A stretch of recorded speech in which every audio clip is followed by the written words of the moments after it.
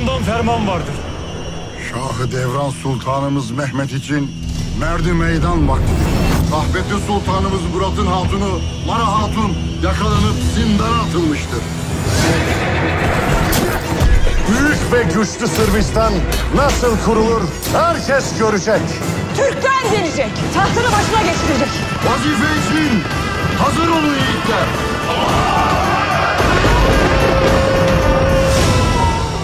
Derhal savaş düzeni.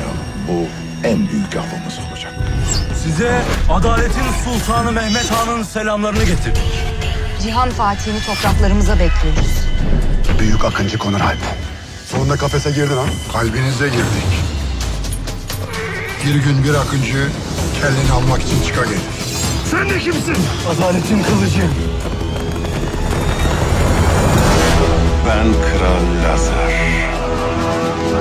Sultan Mehmet'in kafatasından şarap içmeden ölmeyeceğim.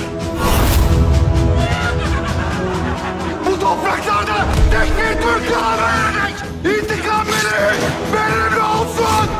Akıncı nasıl olunur? Eline, beline ve diline sahip olacaksın.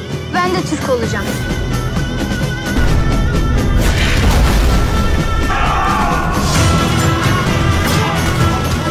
Allahu Ekber! Türkler geliyor! Tuzak kuranların en hayırlısı aşkına. Şimdi cenk vaktidir.